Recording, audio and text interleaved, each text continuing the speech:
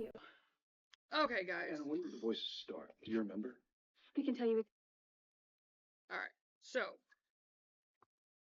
this is types of greenhouses. I'm not going to go through every single one of them on this one because there's just a lot. So we're going to cover cold frames in this one.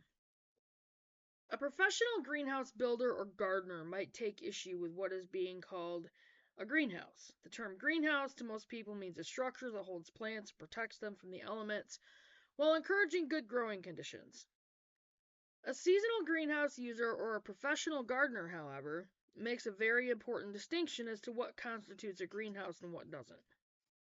Is it a greenhouse or a cold frame? Overview of different types of greenhouses. Simply put, a greenhouse is a structure that has the means to provide internal heat. Any structure that does not have that ability is a cold frame. Cold frames provide protection yet do not have any heating systems, relying almost exclusively on that which comes naturally from the sun. An easy way to think of it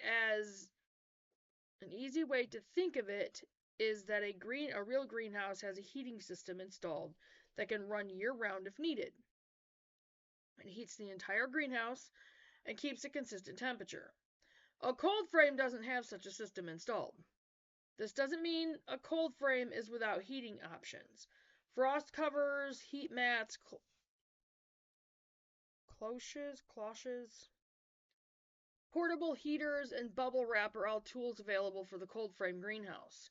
These devices provide a small amount of heat. Okay, sorry about that.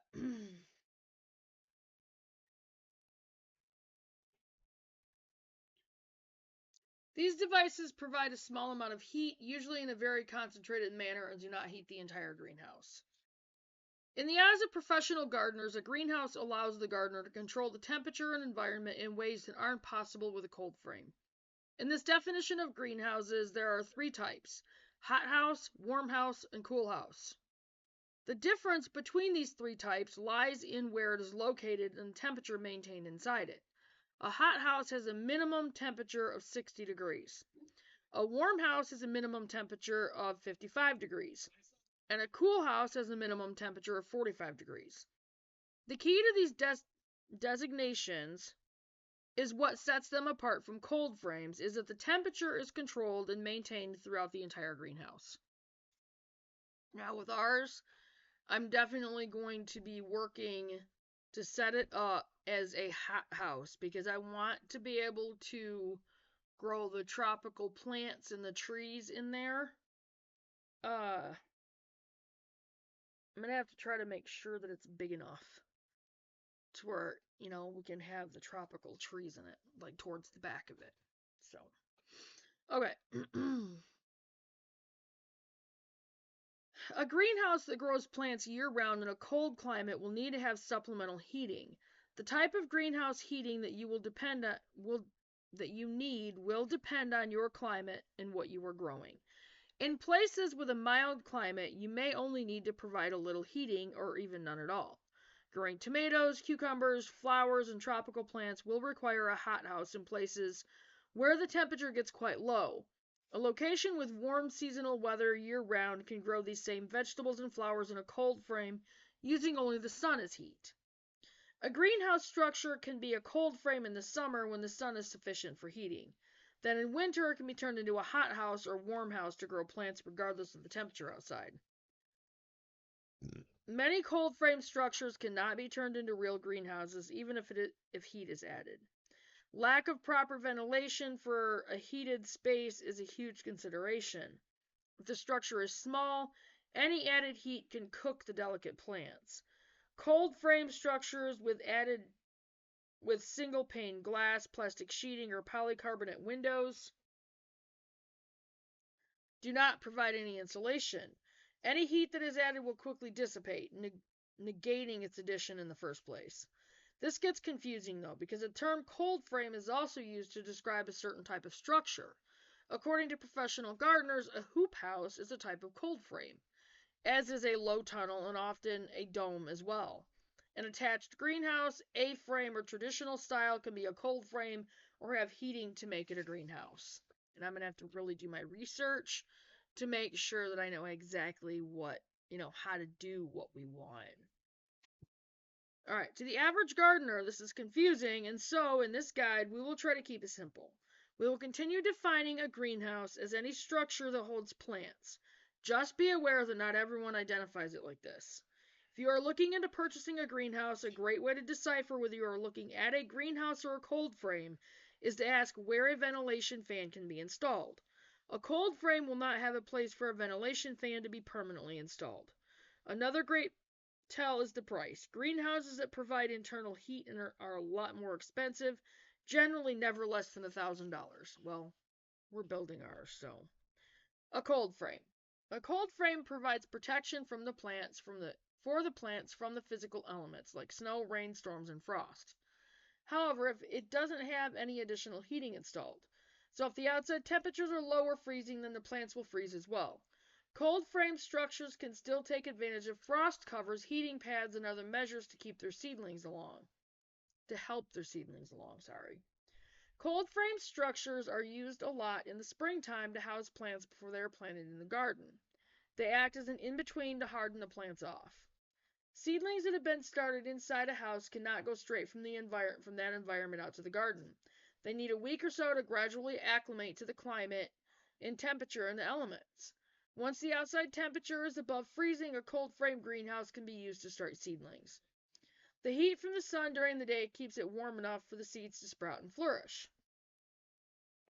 A cold frame greenhouse can also be beneficial in the fall to extend the growing season. When the temperatures outside are starting to get really cool, the heat from the sun is still enough to keep the plants growing for a while.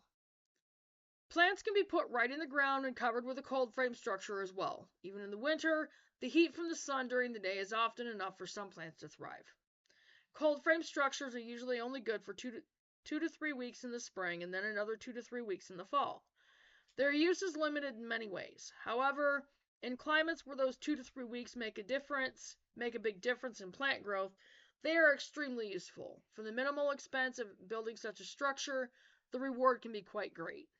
Since gardeners are generally an adventurous type, there have been lots of experimentation using cold frames to grow plants throughout the winter. And we'll cover that, later on. Cold frame greenhouse. This type of greenhouse is placed directly in the garden. It is small and portable, so it can be moved around to accommodate different sets of plants. Cold frame greenhouses are greenhouse building at its simplest. A sheet of plastic anchored over the plants in the garden is the easiest cold frame structure. A cold frame structure is most often a box with a hinged lid. I actually had one of those and then Tim destroyed it for me. The lid has transparent windows, usually made with glass. Recently, polycarbonate has been a popular choice because it doesn't break as easily as glass. Shattered glass in a garden is not something anyone likes to deal with. No. This is as low-tech as it gets with minimal effort expended. The cost to create a cold frame greenhouse is small and can be as simple as buying plastic sheeting. The type of structure you build is completely dependent on your budget. This is a favorite choice. It's also the reason why we're going to use pallets to build our greenhouse. It's going to be a lot cheaper. It's a favorite choice among do-it-yourself gardeners, so it is adaptable and easy to create. These types of greenhouses are used in the spring and fall to extend growing seasons. In the spring, they can help seedlings to stay warm and help them grow before they would normally be planted outside. The sun heats the plastic or glass, keeping the ground and plants warm underneath that covering. There needs to be ventilation in case it gets too hot, and the common method for ventilating cold frames is propping up the door of the structure. It is possible to cook the plants if they aren't checked often. This is the biggest downside to this type of structure as it is quite easy to overheat the plants with a cold frame structure. It is common to see old pallets being reused as a frame.